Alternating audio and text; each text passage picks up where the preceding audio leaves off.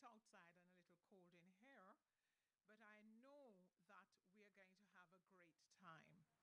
I wish to call this discussion, this event, to order. When Senator Scott Motley asked me to chair, I said, I need a script. And she said, it's just about raising awareness about constitutional reform and education.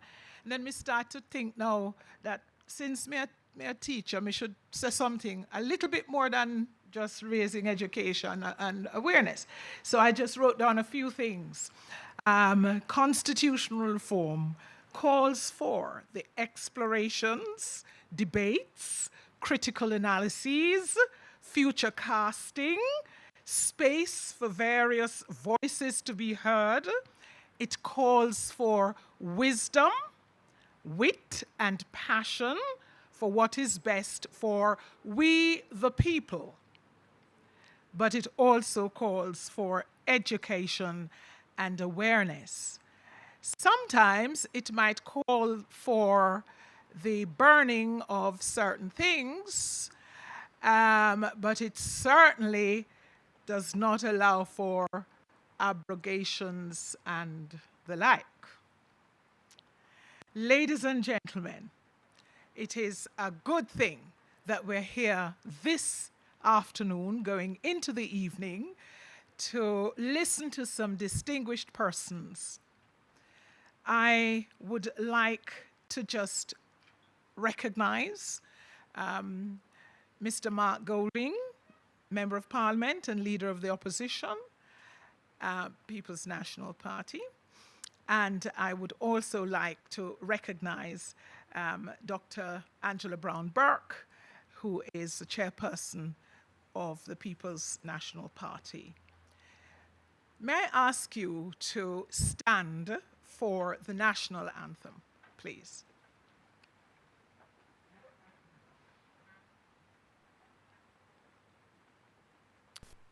The anthem will be played.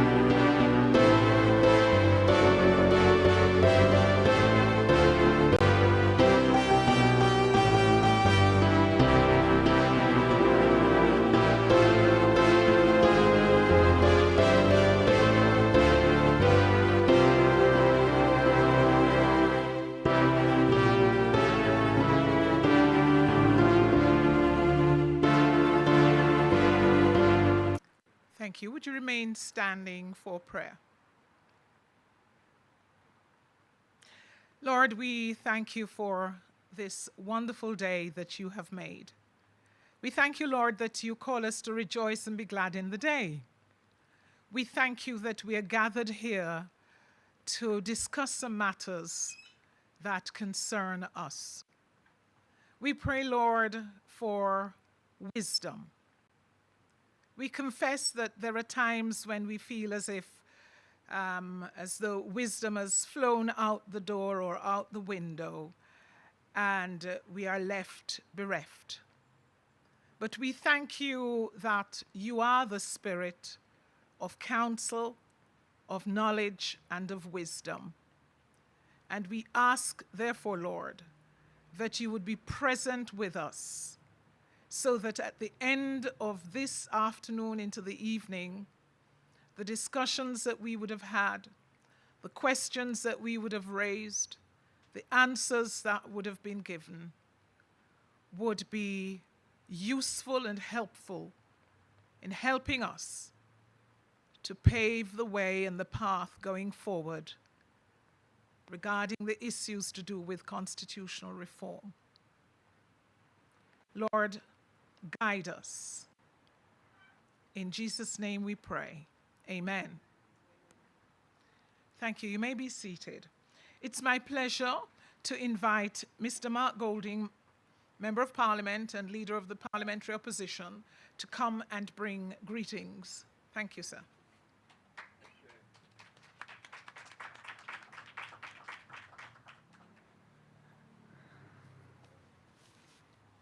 Thank you very much, Elaine. Senator Donna Scott Motley, Mr. Motley, all our distinguished guests here we have with us. Moving from the left, we have Hugh Small, QC, Ms. Lahman, Michael Hilton, all of them very distinguished lawyers in the country. And of course, we have a distinguished audience as well. This gathering and this opportunity to have this conversation was conceptualized by Donna, and it really has arisen out of what has been a period of a few months in which constitutional issues have been very much in the minds of the public. The visit to our shores of Prince William and his wife earlier this year precipitated a remark by the Prime Minister in public before the cameras that Jamaica would be moving on. The visit also precipitated significant activism by Jamaicans who are anxious to see change in those aspects of our constitutional arrangements that affect our identity as a people and do not reflect well on the notion that we are indeed an independent sovereign state. So since then, we have all been awaiting the government embarking on a process to make that happen. And in her contribution to the sectoral debate recently, the Minister of, I think it's called Legal and Constitutional Affairs, set out in fairly vague terms what she had in mind in terms of a time frame for embarking on this. There are concerns because she has at the same time indicated an intent to essentially go about yet another in-depth review of the entirety of the Constitution, including the Charter of Rights, which itself is, in constitutional terms, a recently approved instrument introduced into our law, into our constitutional law in 2011. And itself was the result of significant bipartisan work and work involving non-political actors over a couple decades. So this is a juncture at which it is appropriate for us to have the benefit of the reflections of very learned people, a former Solicitor General, Michael Hilton, QC, and Ms. Lahman, who is as I understand it, the chairman of the Bar Association's committee that considers constitutional matters, and of course, Hugh Small, leader of the bar and former Supreme Court or High Court judge in the Bahamas. You know, the whole question of our final court is for us very much wrapped up in this notion of sovereignty, but also in the imperative of achieving greater access to justice for our people, because the Privy Council, which was established in the first half of the 1800s as a colonial court, no longer provides ready access, if it ever did, and the truth is it never did, but certainly does not today provide ready access to Jamaicans who want to have their matters tested before a final court, whether they be civil or criminal or constitutional matters. And this has been an issue which has exercised our minds for some time. We've had 2 attempts, parliamentary attempts through legislation to move to embracing the CCJ, Caribbean Court of Justice, as our final court. The first attempt fell awry against a constitutional challenge, which the Privy Council ironically determined and ruled that, notwithstanding the fact that the Privy Council is not an entrenched provision in our Constitution, and the provisions that provide for appeals to the Privy Council can be removed or amended by ordinary constitutional legislation, not requiring any particular majority, the judges fashioned out of their analysis of the relevant principles a requirement that whatever replaced it had to be entrenched. And the legislation that was brought at that time did not go that route. So it fell awry of that. A second attempt was brought when I was Minister of Justice. It passed through the House of Representatives with the requisite majority because the government of the day had the 2/3 needed to achieve that. But the Senate, of course, is constructing in Jamaica deliberately to ensure that the governing party does not have a 2/3 majority. And we were unable at that time to secure the support of the then opposition, and the legislation did not pass.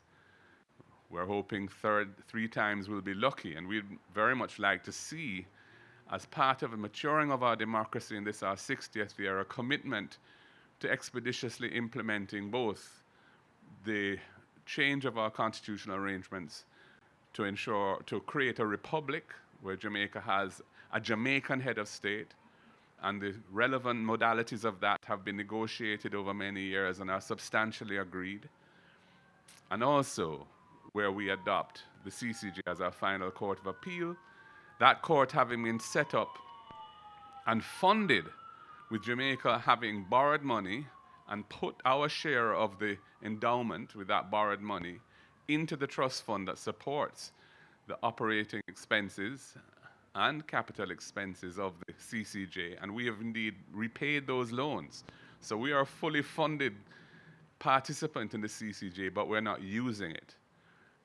And we still pay lawyers in London to represent the state, whether it be the DPP or whether it be the Attorney General, in matters that go to the Privy Council, and all of the related costs of that, even though we have already fully paid for our share of the CCJ. But the financial considerations are just one. The more fundamental are, of course, that now you need a visa to go to London. You need to be able to afford, if you're going to send counsel from Jamaica to represent you, you need to be able to afford to fly them there and keep them there in decent hotels. And London is a very expensive place. And so that is, just as a practical matter, outside of the capacities of the vast majority of Jamaicans. So the other issues that may come up in this constitutional reform committee process, we don't even know yet what the government's priorities are. The only signals we are seeing are things like they want to eliminate the possibility of bail for somebody charged with murder or charged with a firearm offense. So that is an indication of where they would like to go. And we know that they want to be able to implement states of emergency as a response to Jamaica's crime problem on an ongoing basis. And that the only reason why that hasn't happened since November last year is because the opposition hasn't allowed it. But they, I know, feel that they ought to have, as the executive, that power. So apart from those 2 things, I have no idea what their agenda is in terms of constitutional reform. And I think it's whatever it is not going to be a quick process. The minister told me yesterday, I think, in Parliament, that she sees Section 49, which is the section that governs how you amend the Constitution, as a necessary thing to reform as part of the process of adopting a Republican form of government. That is going to be fraught with issues because Section 49 and its ramifications are complex. So any change to it is not going to be a quick process to work through. So I'm not sanguine about how all this is going to play out, but I'm glad that stakeholders in the society, whether it be the Gleaner, whether it be National Integrity Action and others, have indicated that the thing to do is to decouple the agreed things from those things which are not even on the table yet in terms of constitutional reform. And let's get the things that are agreed done. And the first thing that's agreed is that we should become a republic. And there's absolutely no reason why that legislation should not have been tabled already, because we had the Vale Royal talks, I think, in February, at which we indicated we would be supporting it, and that was well known. And as happened when the Prince William visited, the Prime Minister indicated where his mind was around that. So why are we still nowhere along the journey at this point? Anyway, I won't ramble on any longer. It's an issue that I could speak about for hours. My main challenge is that I have a constituency executive meeting starting at 6:30, which I chair, so I will not be able to stay, but I hope it will be recorded. I'm sure it will, and I look forward to watching it. And I just want to thank Donna profusely for having made all the effort and incurred all of the sacrifice of putting on this event, which is an important and indeed historic event. And I want to particularly thank our distinguished panelists for having taken time to be here and to share with us the benefit of their learning and understanding of these issues. And thank you all for coming and supporting the event, including those who may be watching on their phones or their computers as this is being streamed live. Thank you very much, ladies and gentlemen.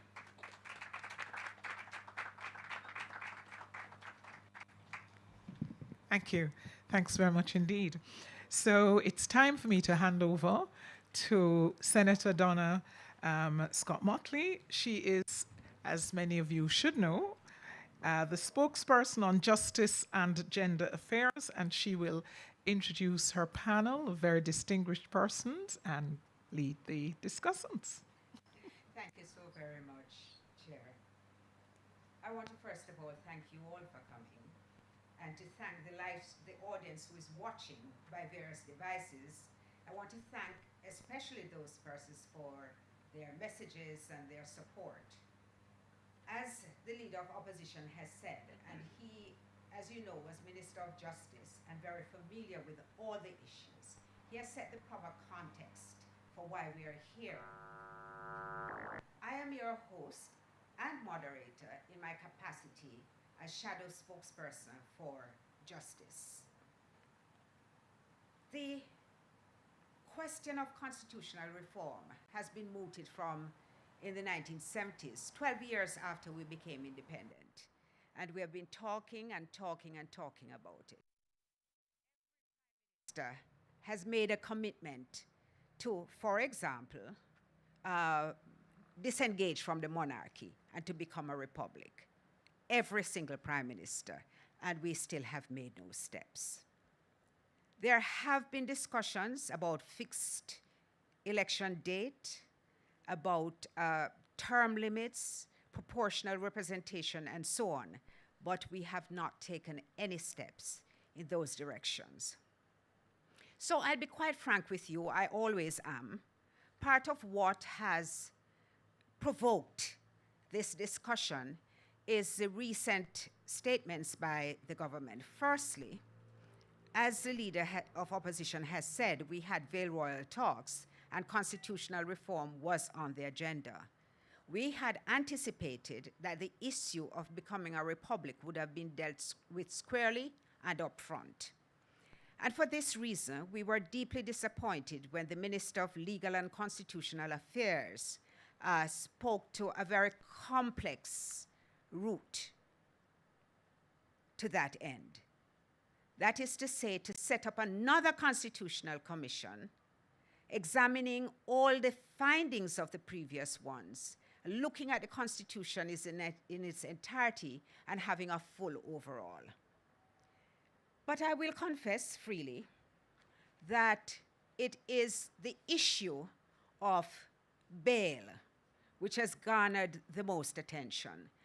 And the unfortunate soundbite of if you're a murderer, you can't be at large, and if you're caught with a gun, you can't be at large, has created quite a bit of consternation in the legal fraternity.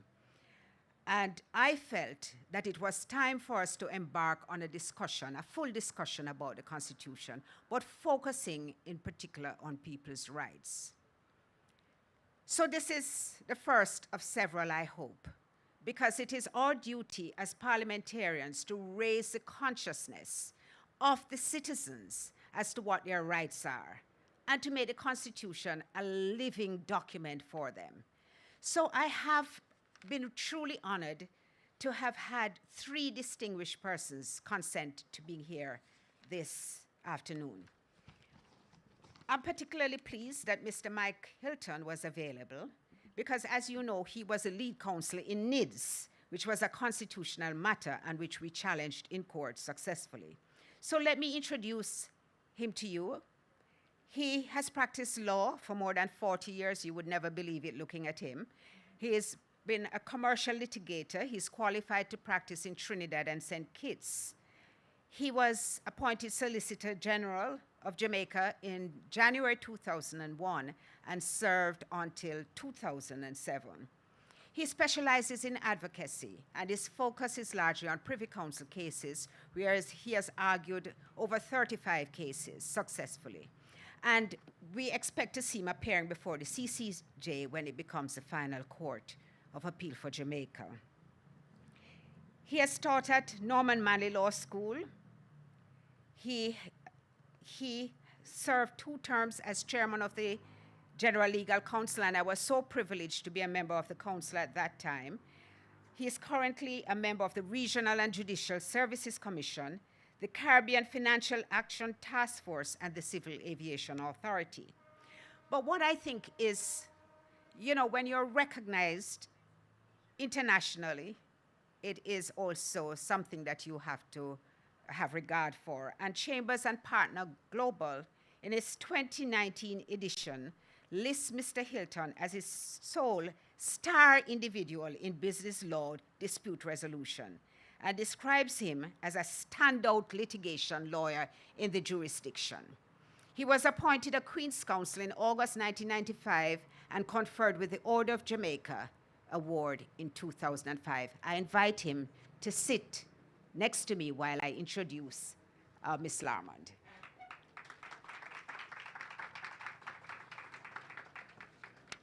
Ms. Carlin Larmond was admitted to practice in November 2000 and was elevated to the inner bar in July 2021. And for those who are in the legal profession, you know that that means something to be a member of the inner bar after such a short time in practice. She's a partner with Pattison Mayer Hamilton and has extensively practiced in civil litigation at both the private and public bar. She has appeared in major litigations in the courts at all levels of the jurisdiction, including the Judicial Committee of the Privy Council.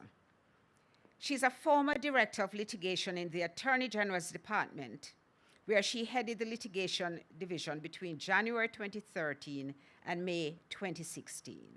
She currently sits as a member of the Disciplinary Committee of the General Legal Counsel and the Council's Protection of Clients Assets Committee. She taught civil practice and procedure at the Norman Manley Law School for over a decade, and she is the chairman of the Constitutional Affairs and Human Rights Committee of the Jamaican Bar Association. And I want to tell you all that she's a very gracious person. I found that out when inadvertently her Queen's Counsel was left off the original flyer. Now, if you know Queen's Counsel, sometimes they can be very touchy about that. But she was so kind. She was so kind and so gracious when I apologized. And that has made her even more special, I think, certainly in my own eyes, and I invite her to the podium.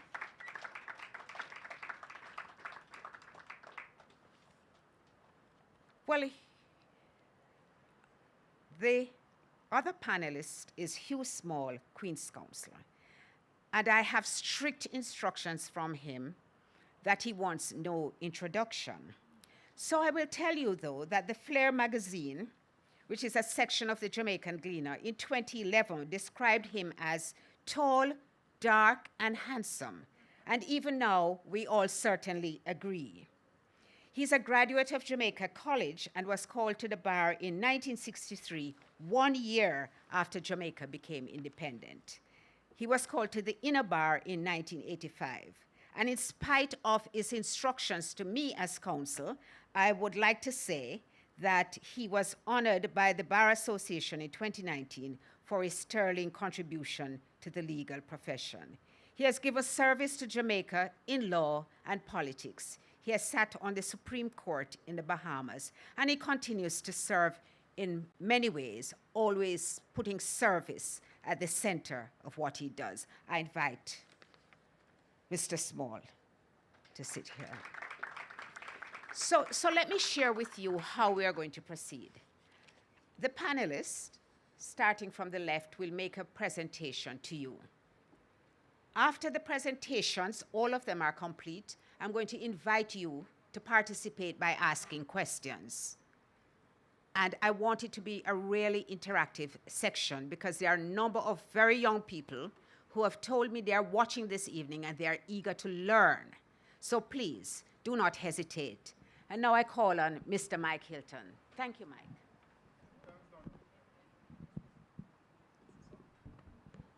Good night, colleagues. Thanks for inviting me to join this distinguished panel and to join this really important discussion. Let me start by congratulating Minister Malahou-Fort for putting these important constitutional issues before the public and for starting this debate. There is so little public discussion on constitutional issues, and the public often doesn't realize the extent to which some of these issues and some of these decisions affect our daily lives. Now, in the presentation that the minister made in Parliament recently, she covered a wide range of issues. In the few minutes that I have, I want to comment on two of them that I found particularly interesting and frankly particularly of concern. One of the issues that the minister mentioned, of course, is the very important question of Jamaica moving to Republican status and electing or appointing a Jamaican head of state.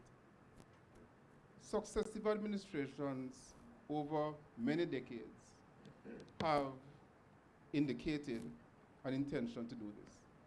And it may be one of the very few things that both political parties and a wide range of Jamaicans have agreed is a necessary step to be taken, and also agreed that it's time to do it. But for one reason or another, and I'm sure there's a lot of blame to go around, it's not been started. So I welcomed, frankly, the appointment of this minister and the creation of this ministry, and the presentation that I look forward to as going to be an indication of where we're going to go on various issues, including this one. As I said, there are two things, and one of them is the process that the minister set out that will be followed in achieving this particular change. And if I may quote from what the minister said, she said that the intention is to conduct a thorough and comprehensive review of the 1962 Constitution, including the 2011 Charter of Rights, as well as recommendations for reform made through the various constitutional reform commissions and committees in the past, to ultimately implement an ambitious reform agenda. Then she said, until we achieve this important constitutional reform goal, the executive authority of Jamaica remains constitutionally vested in Her Majesty. So it's actually quite clear that this correctly described as an ambitious agenda will be pursued, and until we achieve all of that, the position with the Queen being head of state will remain. Now, there are some good arguments one can make in support of that approach. We very rarely do referenda. I've not done one for many decades. And there is a reasonable argument that when you do one, you should get as much done as possible. And of course, we need to have a referendum to make the change from having the Queen as our head of state. And also, it is correct to say that our governmental structures, our constitutional structures generally, are far from perfect. There are many other things that need attention and that, in an ideal world, ought to be addressed and improved. But experience tells me that if we embark on this course, nothing will happen for decades. It is going to take years to even decide what we want to change before we start on the discussion of what we're going to change it to. The announcement simply used language, as I said, as I quoted. So it makes clear that the intention is to have effectively an all or nothing approach. But it didn't indicate what are these items that will form part of this ambitious agenda. Now, my view is that we should start the process that the minister announced. We should indeed embark on this ambitious agenda. The Prime Minister has created a ministry devoted to this important work, and the minister has declared her passion for doing it. But that work and that agenda need not delay implementing the things that have already been agreed. There is nothing to prevent the implementation now of the things that the government and opposition have agreed on, that have widespread public support, that are important, that are necessary.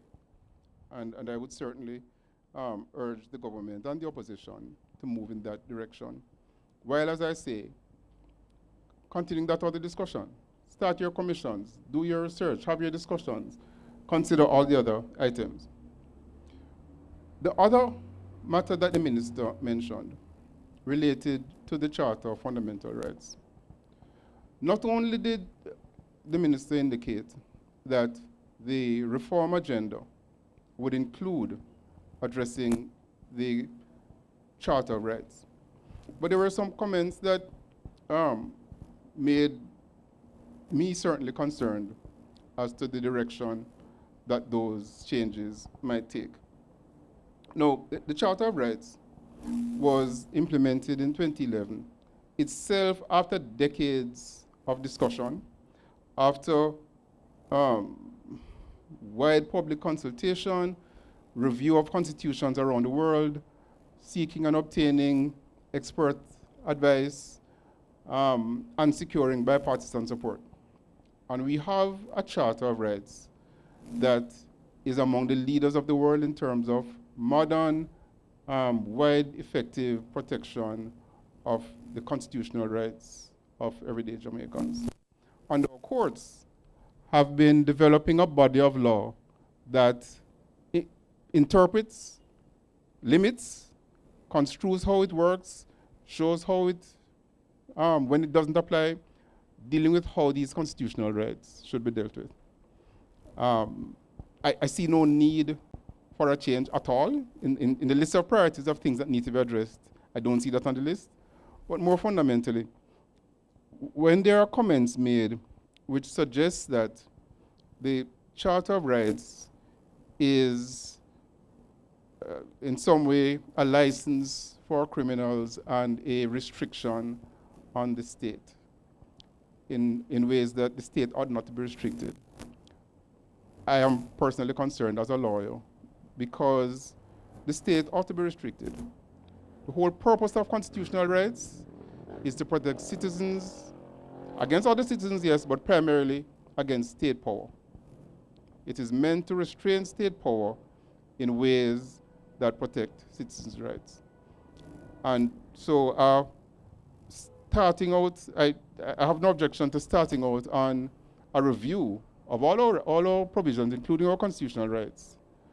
But I'm concerned that one ought not to start out on a basis of you need to effectively increase state power and reduce the restrictions on state power and ultimately, therefore, the restrictions on citizens' rights. There are many things in the presentation by the minister that one can and should discuss, but in my limited time, I'll just comment on those two and turn over to other panelists. Thank you, Don.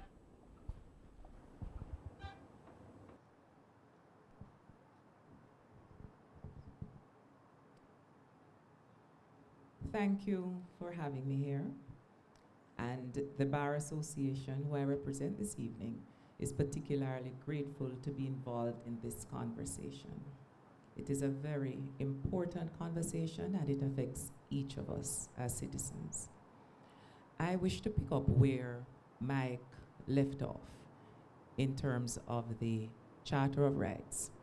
As the leader of the opposition earlier indicated, it's a relatively recent document in constitutional terms. It's a 2011 instrument. And while we embark upon constitutional reform, while we set an ambitious agenda for constitutional reform, we ought also to ensure that that which we have in place works, that which we have in place benefits our citizens, and we should in no way attempt to erode it. And against that background, the pronouncement, as brief as it was, in relation to the Bail Act, is something that deeply concerns the Bar Association, and we in fact issued a press release in relation to it. No details of the proposed bill have been forthcoming. We are told they are to come, but the overarching policy position, if I may call it that, appears to be that persons charged with certain crimes, murder and gun-related charges, will be denied bail. The Bar's position on that proposed approach by the government is that it is suggestive of a mandatory broad brush approach to fundamental rights. It ignores certain fundamental rights, in particular, the fact that any person awaiting trial and detained in custody shall be entitled to bail on reasonable conditions unless sufficient cause is shown for keeping him in custody. What that does is that it vests the court with a discretion. The court is to look on the particular circumstances, and the court is to determine whether bail conditions can be met. Another more, I wouldn't want to call it more fundamental, but certainly it is critical. A fundamental right is that every person charged with a criminal offense shall be presumed innocent until he is proven guilty. This proposed approach by the government in relation to the Bail Act will serve to erode the presumption of innocence. And so it is important to have this conversation because some very critical questions arise, such as, should we focus on the mechanisms that are currently in place that can ensure that the law as it stands is effective? Should we be looking at the targets that the government ought to aspire to ensure that greater effort and resources are placed in shortening the time between criminal charge and a conviction? These are some of the questions that we must face, because it is no easy thing, neither should it be trifled with, to amend the Charter of Rights and to implement legislation that could likely offend the Charter of Rights. Now, those more versed in the workings of the area of practice with the Bail Act, I am a commercial litigator, but I have an avid interest in constitutional matters, and so I speak with my friends who practice in the area of criminal law, and they foresee certain challenges that lead not only to the deprivation of constitutional rights. I've been told, for example, that this could lead to persons being held for 5 years, upwards of 5 years, without having their matters finally disposed of. And apart from that element, there is that critical element of a further strain on the public purse, because lawyers will tell you, after these cases are disposed of and the person has been released because they have been found not guilty, you have false imprisonment claims, you have malicious prosecution claims. And while I was in government in the Attorney General's chambers, I know I saw firsthand the strain on the public purse when those cases are not determined, those civil cases are not determined in the government's favor. So it is an important conversation, this proposed approach to the Bail Act and the amendment that we have seen. We've seen a signal of some intention in that regard. Now, a few words on constitutional reform, in particular to establish the Republic of Jamaica as a parliamentary republic. I'm quoting from the sectoral presentation. Replacing the constitutional monarchy. An admirable move. It is something that I believe we all agree has been on the agenda for far too long, and it must be achieved. Noticeably absent, though, is any reference to replacing the Privy Council as Jamaica's final appellate court with the CCJ. And having regard to the stage of our development, the public interest, the public discourse on the issue, some may argue, and not unreasonably, that we'd have expected to see some reference to republic status and the CCJ as our appellate court walking hand in hand.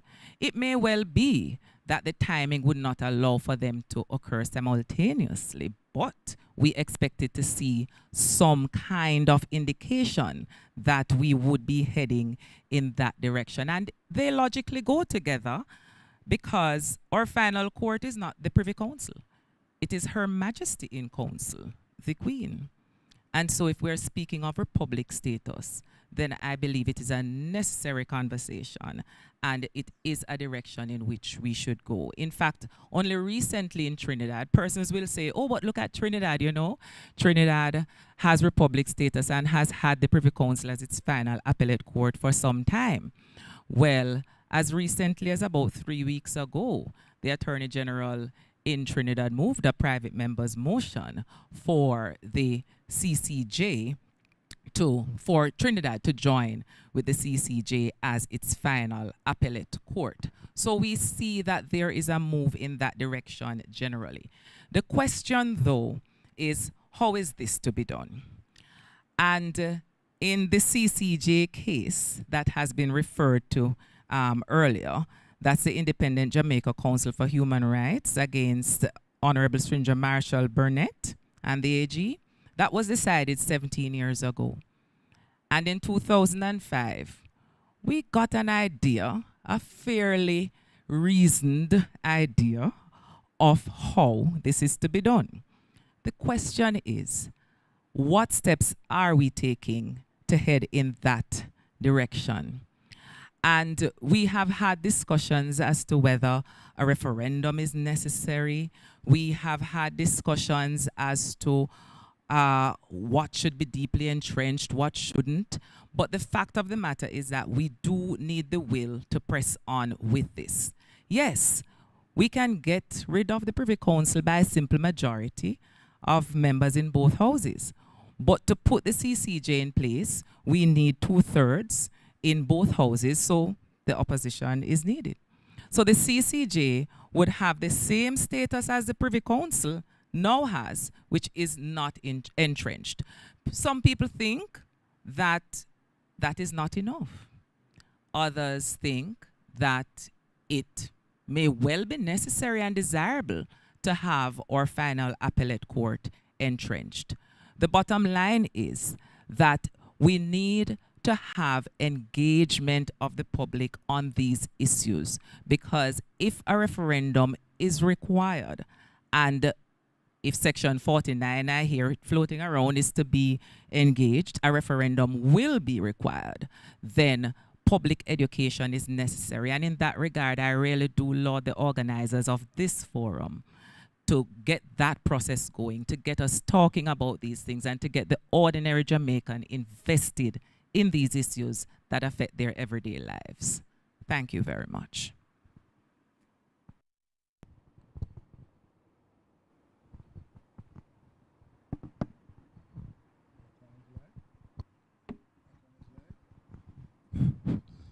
Thank you very much for inviting me to participate in this discussion. I think that the initiative should be recognized as the beginning of the process that should really have seen the opposition and the government speaking together from a common platform and taking the issues to the public. And it may be said that that process began in the parliamentary debate last week. One of the things I wish to urge on all of us, and to, I think, the organizers of this meeting recognize that, is that the discussions that we are entering into must be conducted with the greatest level of civility. Why am I saying that? Because there is no chance of us getting the constitutional changes that we need if the public is going to perceive those changes of serving the political agenda of one party or the other, the government or the opposition. And of course, there are a lot of people who don't necessarily support either party, and we want to have their views also. It is going to be absolutely necessary for us to make a critical examination of some of the things that the minister said in Parliament.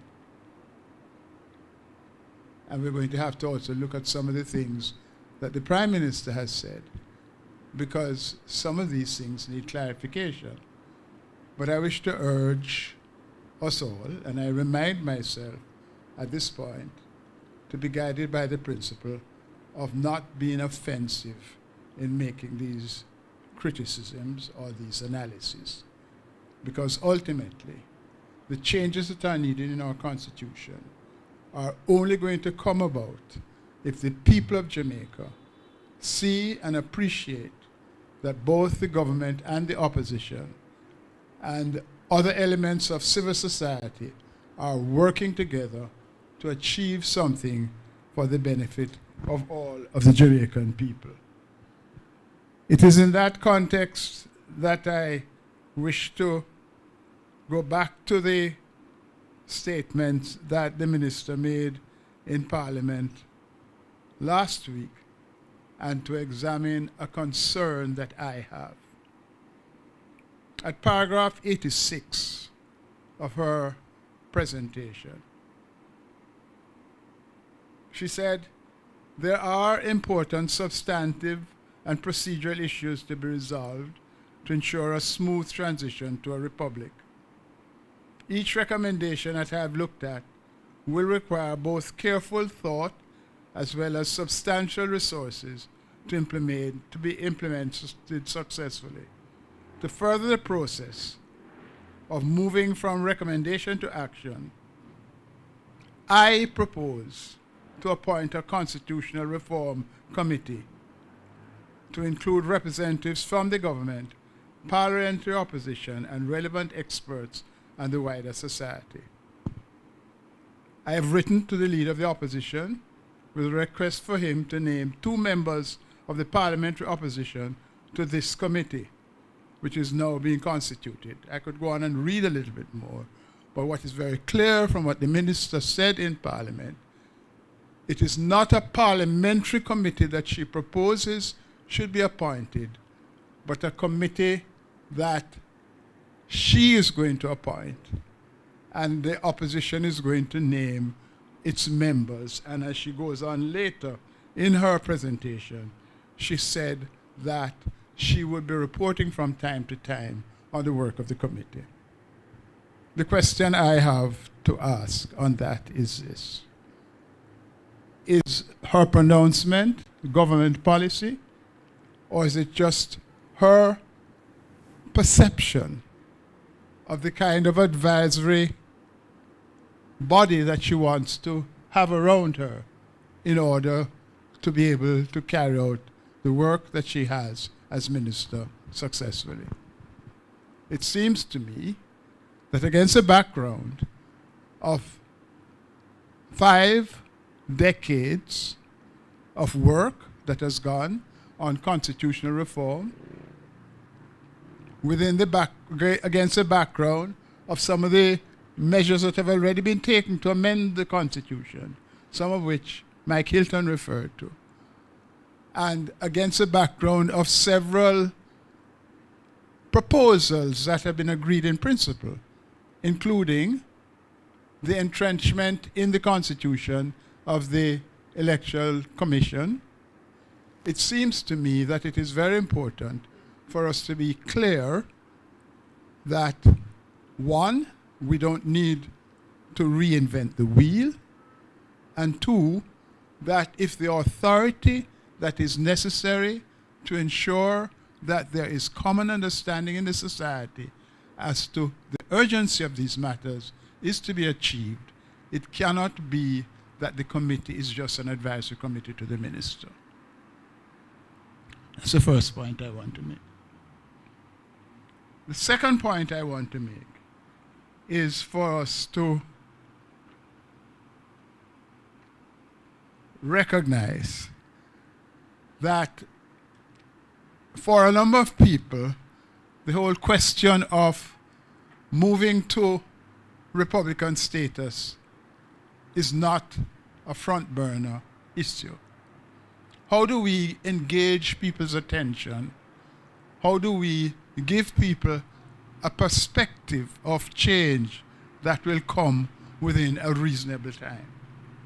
And so I want to distill very carefully what are the parameters of Section 68 of the Constitution that have to be borne in mind, particularly against a background that we are now in almost at the end of the second year of a 5-year life of the Parliament, and that the Constitution imposes time constraints on amendments of deeply entrenched clauses.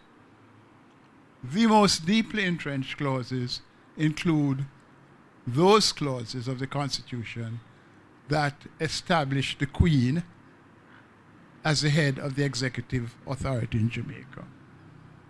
The Queen, who is approaching 100 years old, clearly does not have a life expectation that can accommodate us making assumptions about long life. Not even people of my generation can make that assumption. So there's some urgency about us ensuring that young people, people who are going to be at the forefront of fulfilling the potential of the country, whether we want to discuss it in terms of political flavors such as prosperity, or whether just the self-respect and recognition that we as black people need to achieve in a world in which extreme racism has raised its head, there is some urgency about us not making assumptions that we can just go on slowly about this thing. Section 68 of the Constitution provides the following mechanism. First of all, the bill to amend the Constitution to change the monarchy has to be laid on the table of the House of Representatives for a 3-month period before the debate starts. Then the debate takes place, and one can imagine that in the circumstances of Jamaica, a lot of parliamentarians are going to want to speak. Indeed, one could reasonably say that if every parliamentarian wants to speak, she or he should have that opportunity. So it is going to mean an extended period or a period of extensive debate that is going to be much more than this sort of easygoing, soon come, no sense of urgency with which parliamentary matters are sometimes treated. After the debate has been finished in the House of Representatives,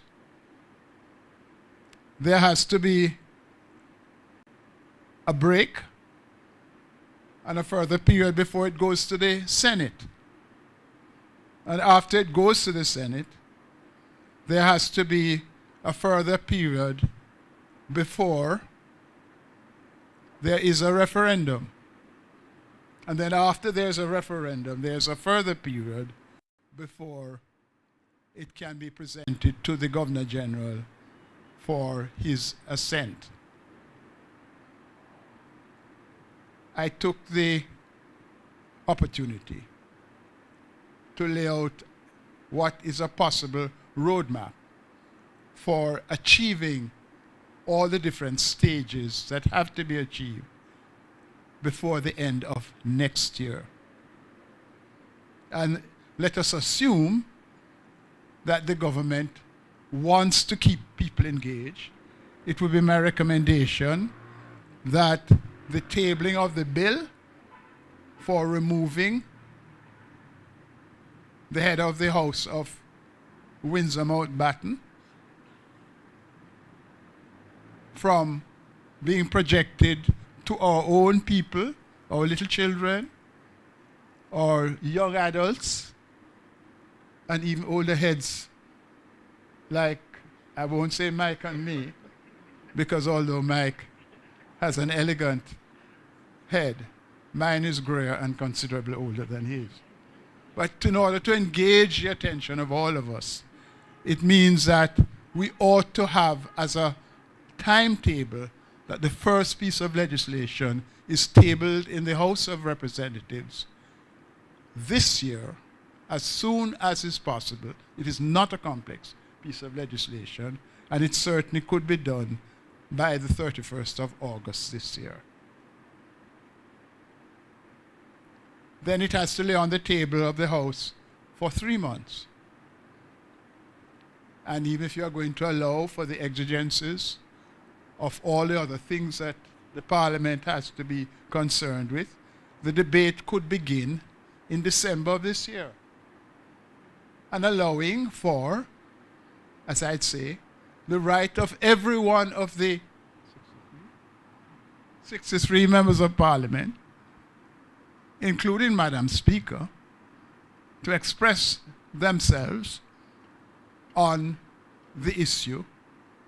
The debate would of necessity involve longer sessions going into perhaps part of December, part of January, and then there would be the movement of that legislation to the Senate, the debate in the Senate, where you don't quite have as many speakers, and you certainly don't have constituency interests to be concerned with, so that there would be enough time for the timetable to be respected, and it is possible that there could be a referendum next year, and that we could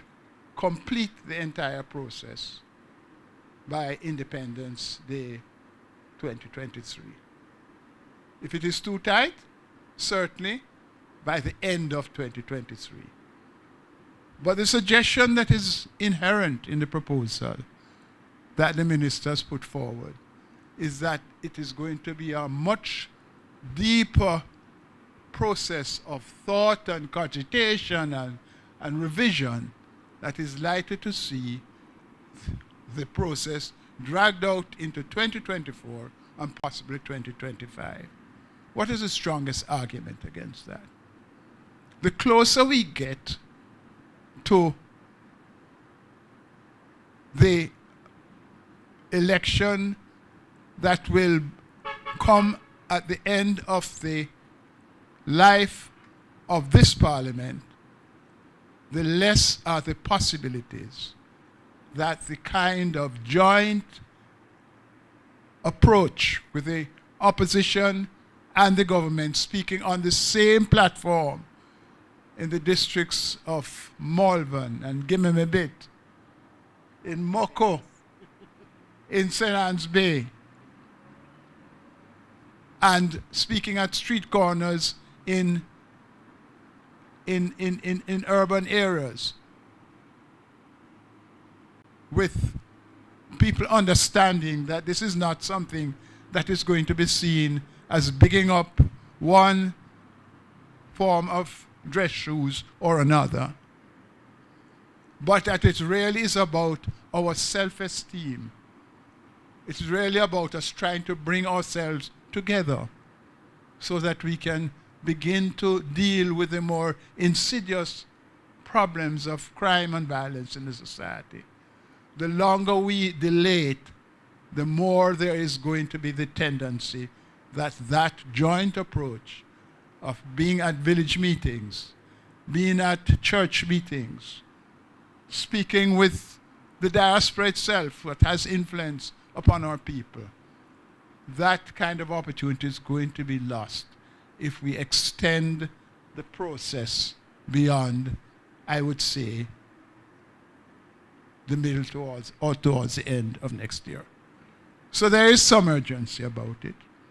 There is some imperative that the civility that we so rarely see in public life, that we don't even see very often in the classroom, that level of civility must be not only guiding the way in which we approach the question of what is not just a symbolism of removing the British lady from our images, but elevating ourselves, or people to begin to think of ourselves in the positive ways that our prophets like Bob Marley have spoken. There's more I'd like to say on the law, but probably in an interactive session after this, it will come out.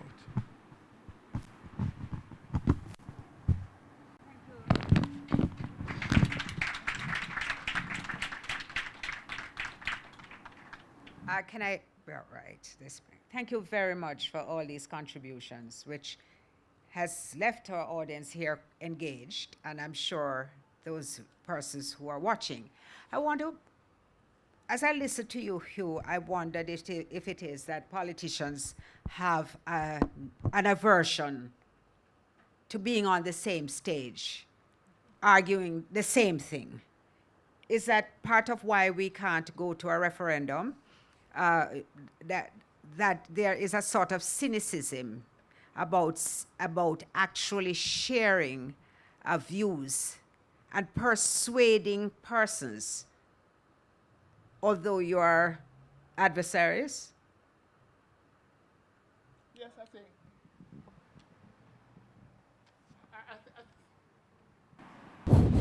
I think that the political culture has contributed. Political culture that exhibits it.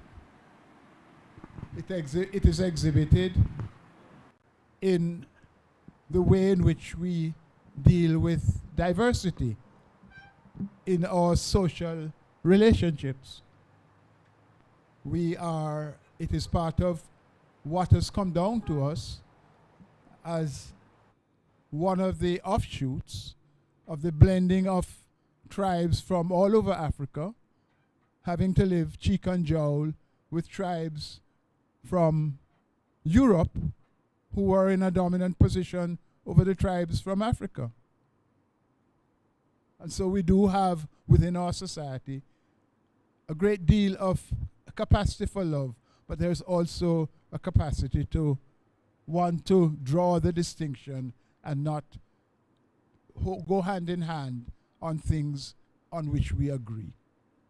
We are more interested in highlighting the things in which we don't agree.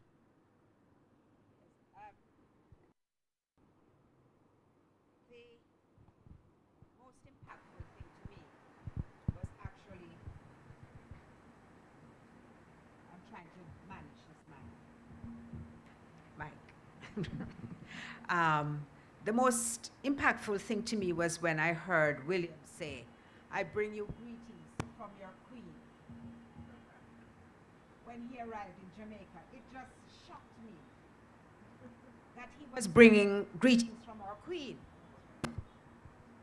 And I thought that Jamaica ought to really just sit up and understand that Queen Elizabeth is in fact our queen, and that all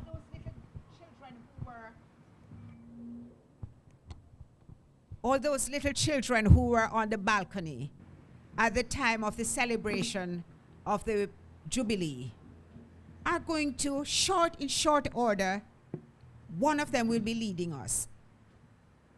Should that make you stop and think? But I have been receiving some questions from our audience, our online audience. And I'm going to, I think, although this one was posed for Mr. Hilton, well, if you were to develop a roadmap for constitutional reform, would that be? This person wants you to answer that question.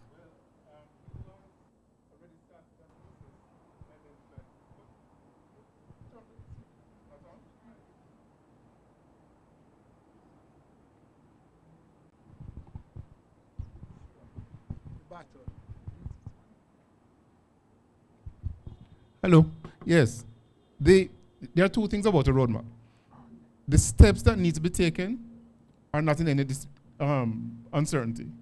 It's quite clear what are the 5 steps to be taken to achieve the result that we all agreed or to happen. And Hugh has just set them out.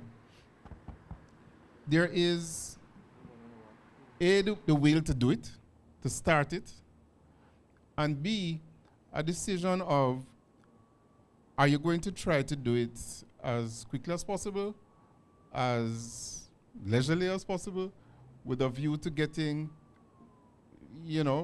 public engagement? And what's important, I think, to do that is define both start and end.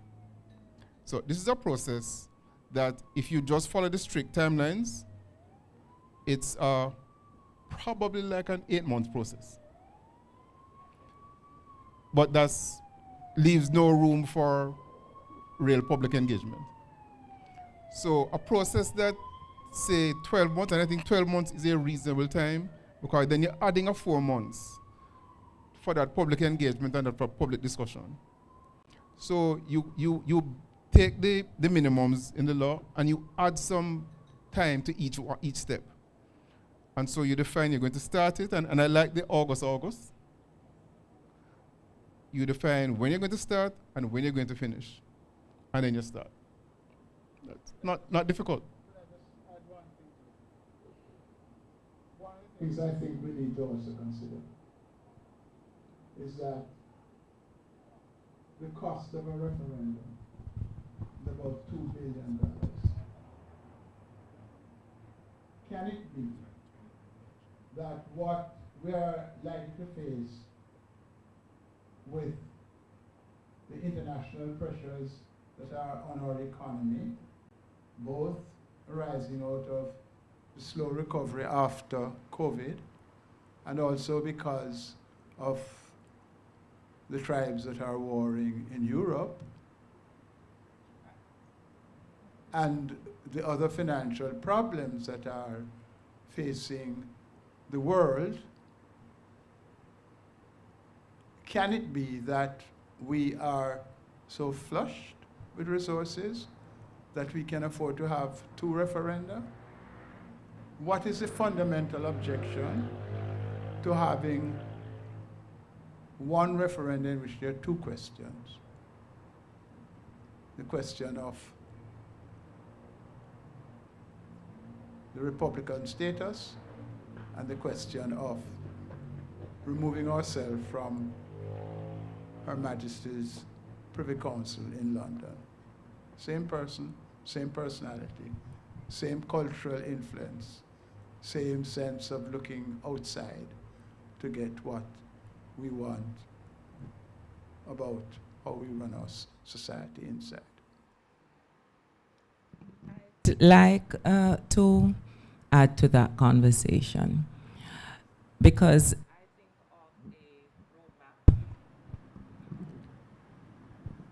I think of a roadmap, and I think not only of a timeline, but I think of momentum. I think of who is traveling on the road. And the fact of the matter is that I believe we need to engage the persons who are to be involved in this process. It needs to be real to them. They need to understand what this is about. They need to not see it as symbolism. Children need to know about it. As Donna spoke about, the children on the balcony waving while Prince William brought greetings from our Queen, it came to me that we need to ensure that our children who are being taught social studies and civics and all those things need also to be a part of this process. It starts early. Civic pride, knowledge about your country, not knowledge just about where your country is coming from Columbus until now, but recent developments that would allow our younger people to identify with what currently is Jamaican culture. And I think if that is tapped into, the roadmap will not just be how do we move from point A to point B, but how do we get people to move with us from point A to point B. I would like you to also follow up with a response to this question, because what somebody is asking is, what really are the benefits of a republic? And what would a republic of Jamaica look like? And I think it's a very pertinent question, because we have not really articulated that fully so that people can understand. Perhaps I could start with you, Carleen, because I think it is fundamental to our discussion.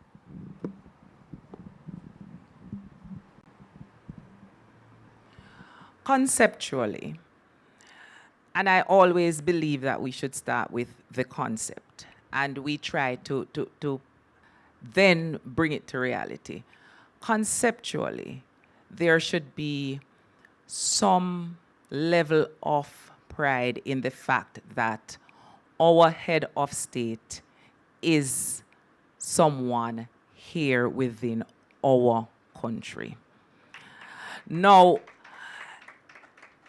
I paused when I heard the question, because I immediately started to think, what can I show that would be a real benefit, something tangible? Will we have more money? Will we have more access to certain things or to certain organizations, etc.? Because people tend to look at the tangible.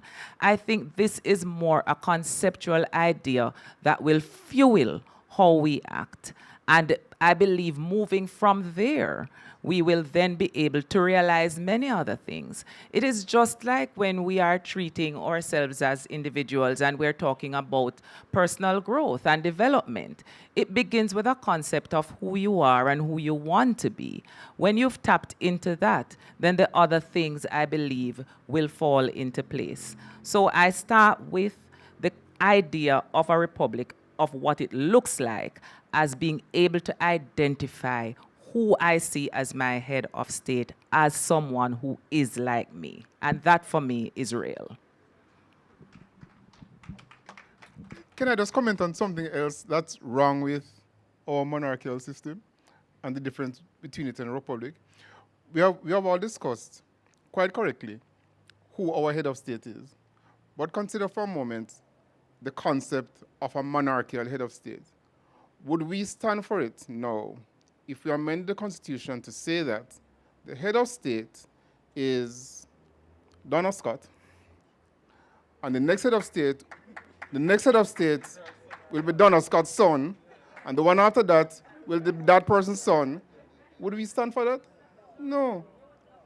So that's one of the things that is wrong with our system. So quite apart from the problem of who the head of state is, for the reason that others have said, the whole system is wrong. Yes. That the person who is appointed or elected should be chosen by the people of the day and not by virtue of just who your father was or your mother was.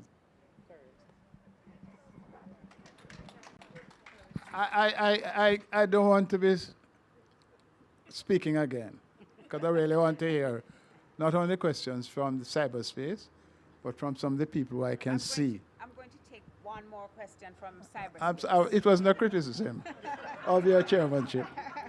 But I wanted to say, as somebody who was in London as a student on the night of the 5th of August and had a party that lasted all night until the morning of the 6th, which was actually before it had happened here in Jamaica because of the time difference. At first, that national anthem really never meant anything to us.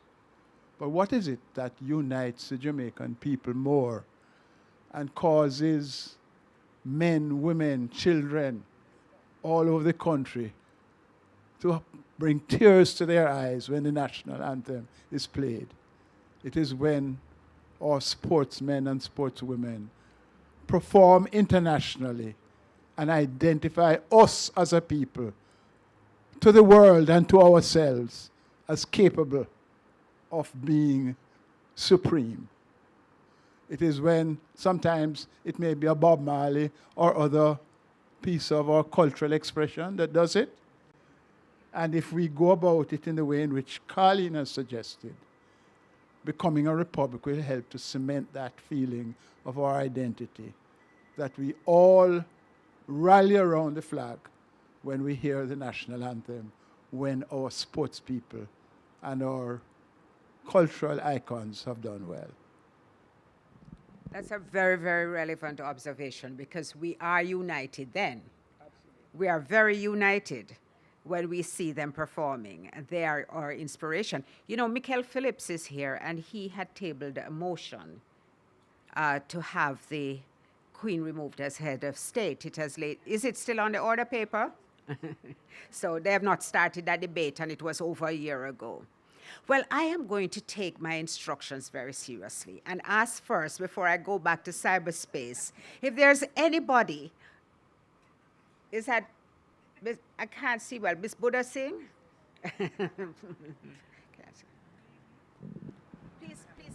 Please identify yourself.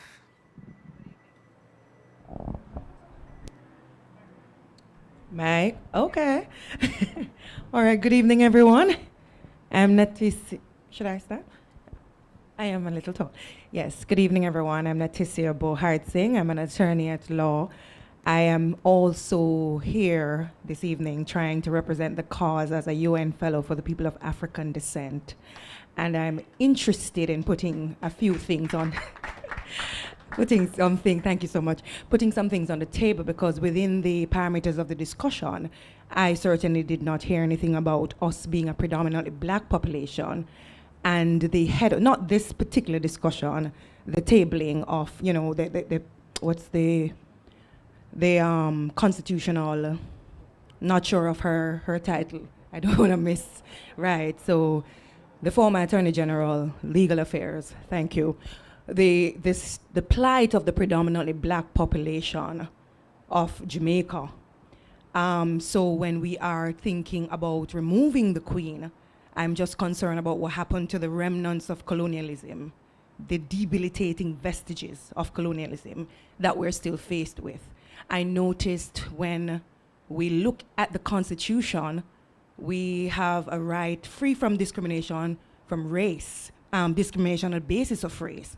But we have still not gone further in looking at what the Committee on the Elimination of Racial Discrimination, said we should look at from as early as 2002, which is to look at the direct and the indirect discrimination on the basis of race. There should also be a definition for race and those sorts of discrimination. And a lot of other recommendations, both from the periodic review in the UN and also from the committee. So I believe that some of the things that we need to also focus on as we go forward are some of those things that affect us as people, where we can get proper remedy and don't have to always pile the things under religion, as we see happening now when we look at the Kensington case, for example, where we don't seem to have redress for some of these matters. So I'm urging as we go along, whether it may be consultations with civil society or it may be on the opposition benches. Certainly, I've done my lot in terms of consultation with the now government on some of these issues.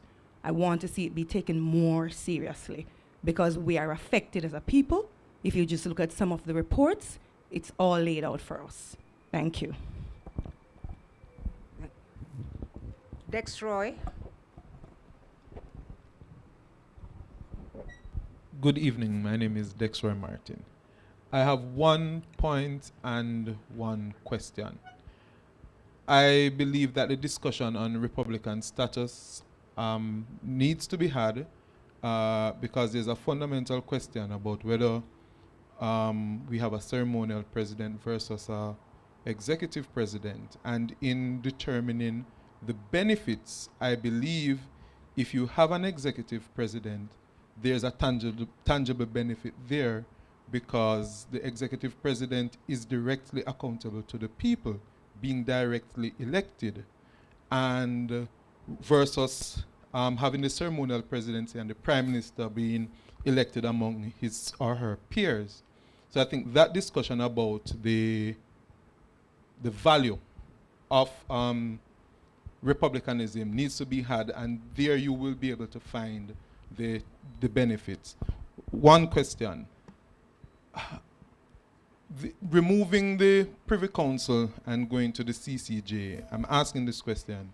Is that possible before August 6, 2022? And if yes, is it desirable? Do you want to take that question, Mike? Well, the answer to that question is actually quite easy. Yes. It doesn't need a referendum, and it does need a lot of the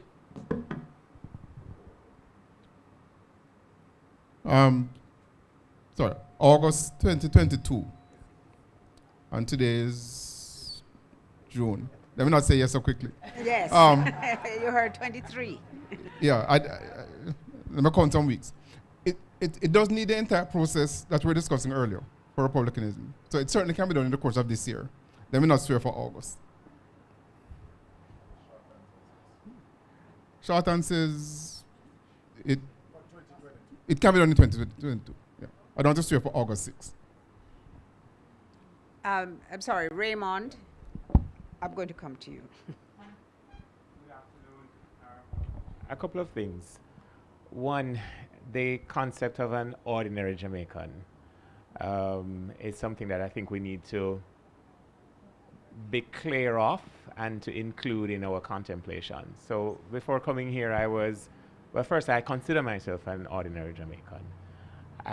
Before coming here, I was in the company of some persons who perhaps think themselves more ordinary than I do.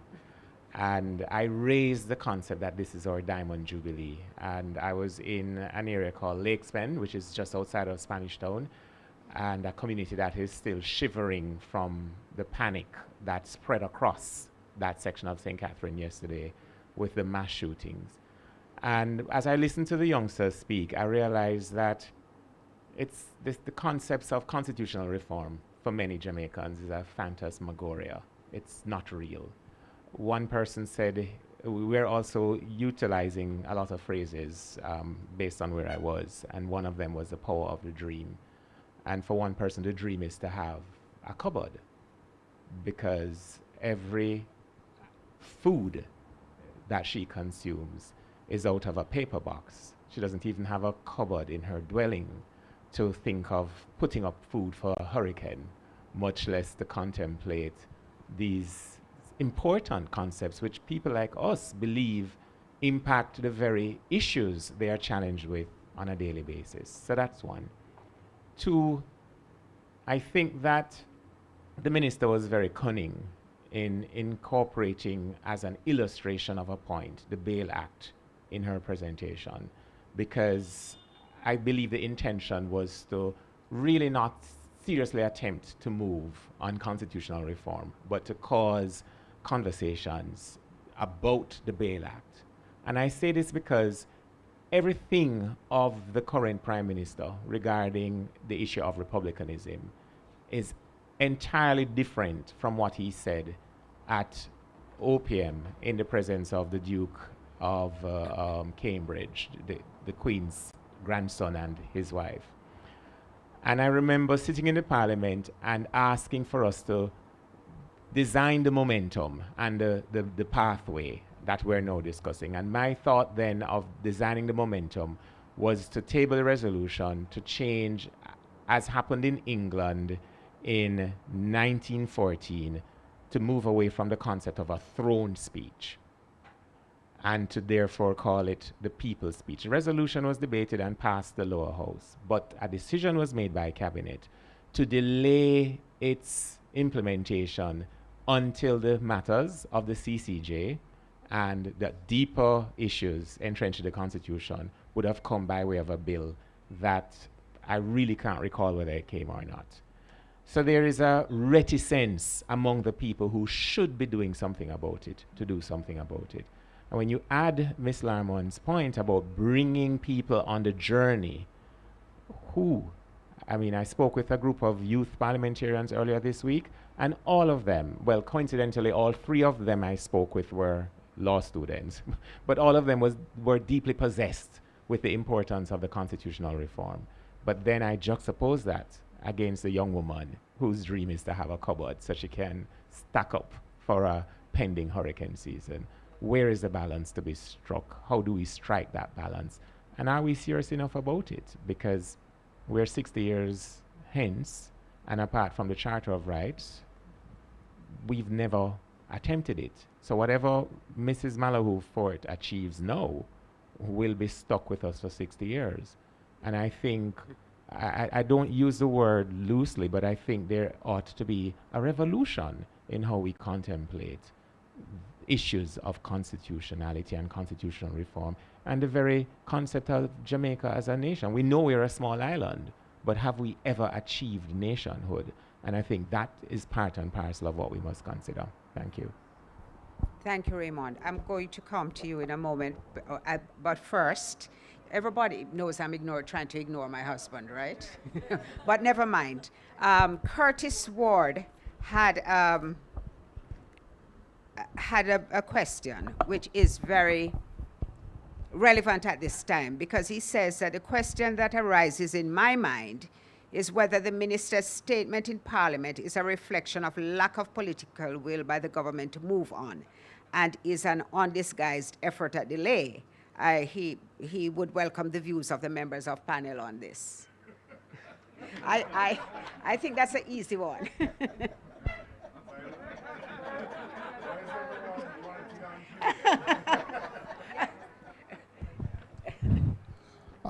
I can say publicly that when the Prime Minister first announced the intention to establish a Ministry of Constitutional and Legal Affairs, that I personally communicated with Marlene Malahoo Fort,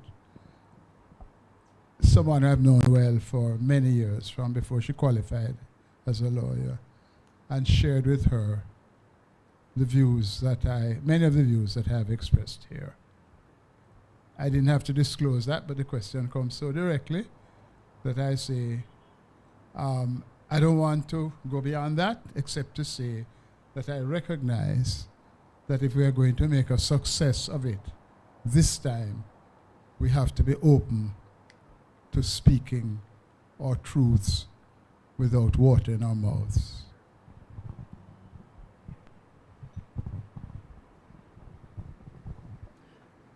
The comment I have doesn't directly relate to that, but I was intrigued by something that Mr. Price said in relation to this person who wishes for a cupboard. And there obviously is a tension between civil or civic awareness and bread and butter issues. And it's no easy fix, because truth be told, they are distinct. And there needs to be an appreciation, and it's far easier said than done, that they are different and that you need to position your thinking and your mindset to understand that whatever your bread and butter issues are, there are these things that affect you as a citizen of Jamaica. And so, as I said, it really is no easy fix. I'm hard pressed to come up with a solution from where I sit to say someone who has no meal or can't think of where their next meal should come from should be thinking about constitutional reform. I think it would be unfair for me to place that kind of burden on that individual. But I do believe that if we are to have the conversation going and if we are to speak our truths, we need to get to that stage where we impress upon everyone that these really are two different issues, and your civic pride and your civic awareness ought not to be determined by those other daily things. Hard to split them, but I think that is the direction in which we need to go.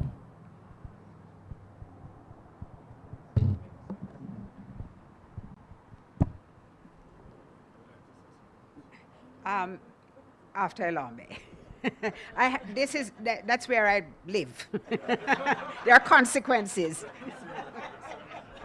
Thank you. There's a saying in Barbados, fall a pattern, kill a man, and make a monkey break his hand. You want me to repeat it again? Fall a pattern, kill a man, and make a monkey break his hand. There are already 3 independent states in the Caribbean that have rejected the racism and the outside rule of the British. No, I ain't going to use them nice words. But the point I want to make is there are already 3 independent republics in the Caribbean. And I can't sit down here to understand why y'all getting on like the song competition people that talking about the quality of songs and not going down the road and take over and make yourself a republic independent of that. The one country that had projected to the rest of the world an Africanity that the rest of the Caribbean never had. And you were telling me I must sit down here and hear y'all just debate whether or not you're going to go to independence. Go along.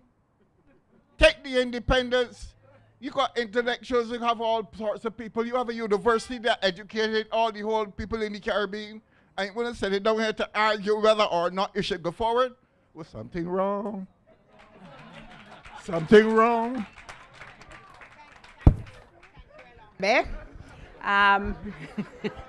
a very clear and passionate intervention. Is there anybody else? Mikhail? No, And then Angela. And we are going to be closing very soon. It seems as though you all would stay here for another hour. So but we have to close soon. So 3 persons. No, I just wanted to comment that we are starting this conversation. I remember when I was preparing for the resolution to be tabled. I mean, QC Hilton, I remember calling him in just, doing my own research. And I was just saying to Angela that when I was preparing it and doing my consultations, there were some persons who said to me, why table it when it's not going anywhere? And I tabled the resolution in February of 2021. And this was just right after the general elections of 2020. And when I looked at how is it that as an opposition, just as a parliament, there's something that we could do to start the conversation and to change the course of what we have been discussing for decades. And I'm happy that we are even starting this conversation. I remember in one conversation with the Prime Minister about why not just start the debate in Parliament so that we can, because there's nothing that can change unless the government tables a bill for that change. But let us start that debate with the resolution. And the reaction of the government then was really, the Queen doesn't have long left. Let us wait until a new monarch comes in. But I have to give credit to Minister Malahoo Fort, because she has encouraged me along the way and tried to get the government in the direction of having the conversation of when. I went as far as to say that my name doesn't have to be on that resolution. If the government wants to table their own, then let us just do it, but let's get the conversation going. So I'm happy that we are starting that conversation. And I think coming to the point of the cost, when I tabled the resolution, I had put it in the resolution, let us do the referendum when we are holding the local government election. So you have a reduced cost there. In the minister's statement in Parliament, in her presentation, if my memory serves me well, she spoke about this will not happen until after the next election. And I would encourage the government to look at doing the referendum during the elections, whenever that is, so that you can reduce the cost. No, because the cost, they're going to use the cost and I have no problem. This is one where persons ask, why not twin the CCJ with it? And I said, this is a low-hanging fruit that we have all agreed on. So let us go with this and then deal with the CCJ after. I mean, that might be the thought, or it might not be. But the cost is going to be something that they're going to use to say we can't afford a referendum.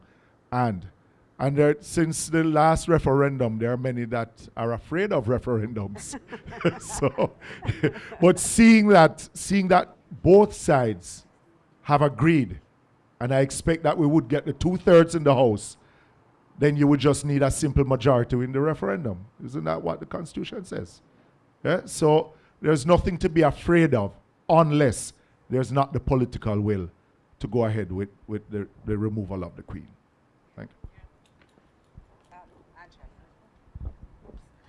Thank you. Thank you very much.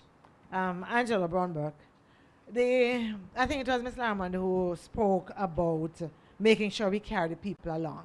And then I was actually pleased that Natisa actually brought the other piece to it, because one of the things that I was thinking about is that in a country where we have the kind of problems we have about color and those issues, that this for me could and should be an easy discussion for us to have at different levels, you know. We have a real absence of what I call self-ethnic identifiers as a people, which means that when we look around, we don't see a lot of people look like us on the TVs and in the ads and so on. And the Queen is probably the biggest one where you see that lack of self-ethnic identifier. And so I'm just trying to think through how we get our schools, as you said, and our children involved in that discussion. Especially this year, we are starting with the pilot project of Marcus Garvey in school, for example, yeah, and starting with our early childhood education institutions. And so that too is an opportunity to begin to have that conversation as early childhood and coming up about who we are as a people, what we look like, who we are, and how we begin to change who we are. And Raymond, I hate to tell you, I'm not an ordinary Jamaican. In fact, I don't know an ordinary Jamaican. I don't know what that is. And it is time we begin to remove that word ordinary from Jamaica. Yes. Thank you. Andrea, could you pass the mic to Andrea, please? Thank you so much. I'm Andrea Moore, attorney at law as well. I wanted to follow on to Mr. Dexroy Martin's position, where he said it was more of a point that he was making, but he should really, in my opinion, ask for the panelists' input as a question.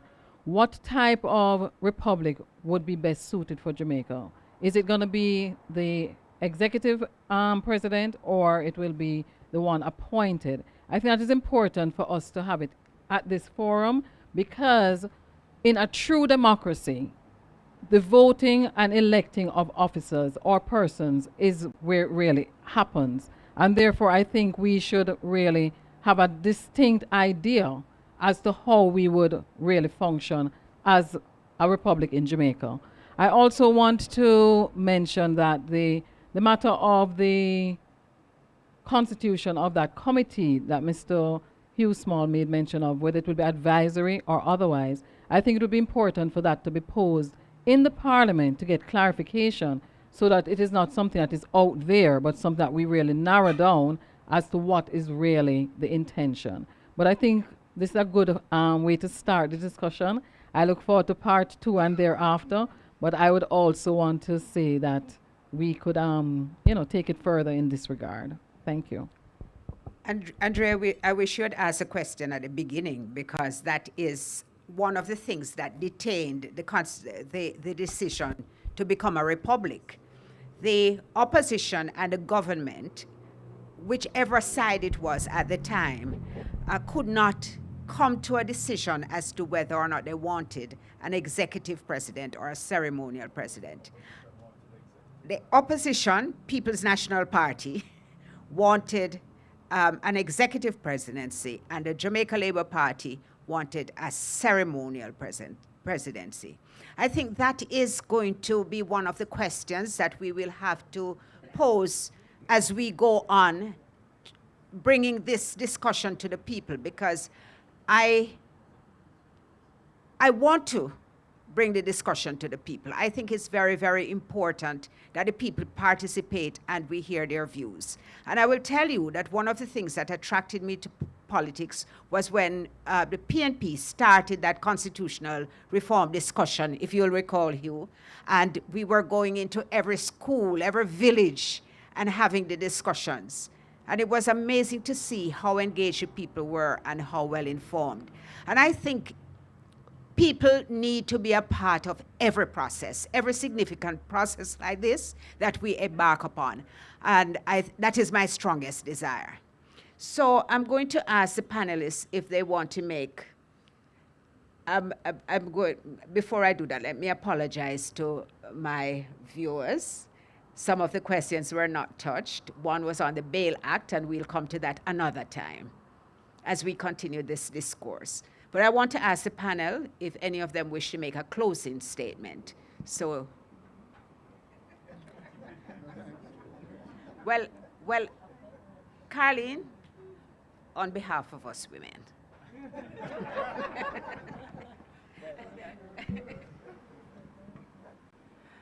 That I can't resist. You know, it was quite fulfilling sitting here and listening to the range of ideas and also getting the questions coming in from those who are viewing live stream. Because when we look at what needs to be done, when we look at how we can do it, when we look at the will to do it, and we combine it all, I think it is inescapable that it will be achieved. And so it is my view, and I believe based on the responses that I just got, it is my view that we share the dream. We want to see the people in charge of this country. We want to be able to identify those who look like us, who know what we do, who know how we think, who know our reactions to certain things culturally. We want to see that in our leaders. And so I believe that this conversation has been critical to that process. And I also believe that in the coming months, as the conversations continue, you will certainly get more people on board and more input as to how this can all be done. Thank you. I no longer need to have my closing remarks. Nobody could do better than what Carleen said.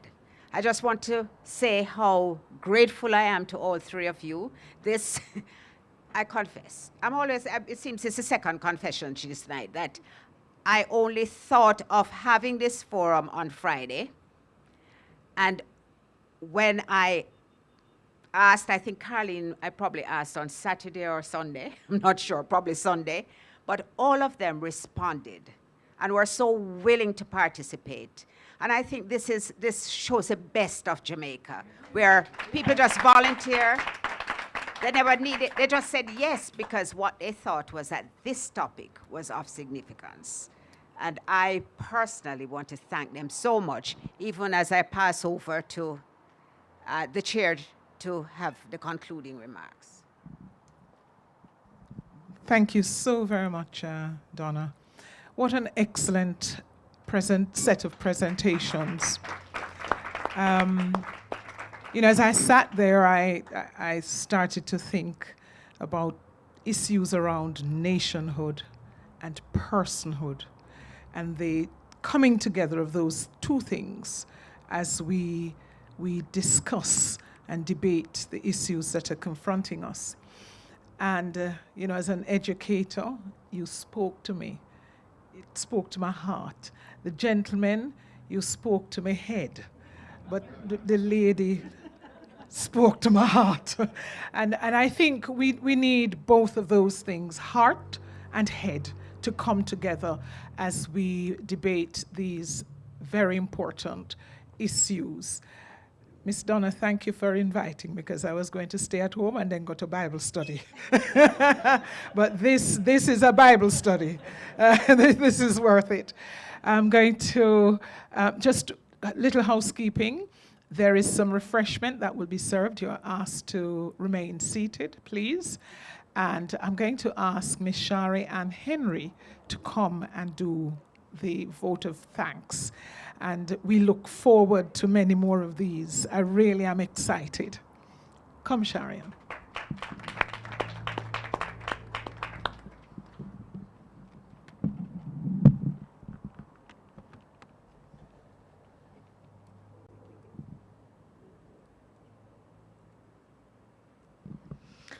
Good evening, everyone. It has been such an honor to be a part of this wonderful event. It was the late James Madison who once said, "There are more instances of abridgment of the freedom of the people by gradual and silent encroachments of those in power than by violent and sudden usurpations." This evening, we were all enlightened by a very riveting discussion on constitutional reform in Jamaica, Republic, and rights. On behalf of Senator Scott Motley and the People's National Party, I would like to extend my heartfelt gratitude to our esteemed guests. Thanks to Mr. Mark Golding, Leader of Opposition, for bringing greetings this evening. Many thanks to our presenters for sharing critical insights into the known, the unknown, and the hotly debated. To the Honorable Michael Hilton QC, thank you for urging our decision makers to start the commissions and discussions pertaining to Jamaica's move to republic status. To Ms. Caroline Larmon QC, thank you for a comprehensive discussion on the Charter of Rights and your call to decision makers to ensure that it works. Your assertions on the proposed approach to the Bail Act and its likelihood of eroding the presumption of innocence are also worth noting. Ultimately, your suggestions on the best approach to achieving the CCJ as a final appellate court, particularly engaging the public on this critical matter, is laudable. To Mr. Hugh Small, QC, thank you for prodding our decision makers to approach constitutional reform in a civil manner, to take the issues to the public and to not reinvent the wheel under the ambit of personal or political gears. Your in-depth analysis of the relevant constitutional provisions and their implications for removing the Queen as a head of state is commendable. We hope that your suggested roadmap for republic status will be taken into consideration by our policymakers.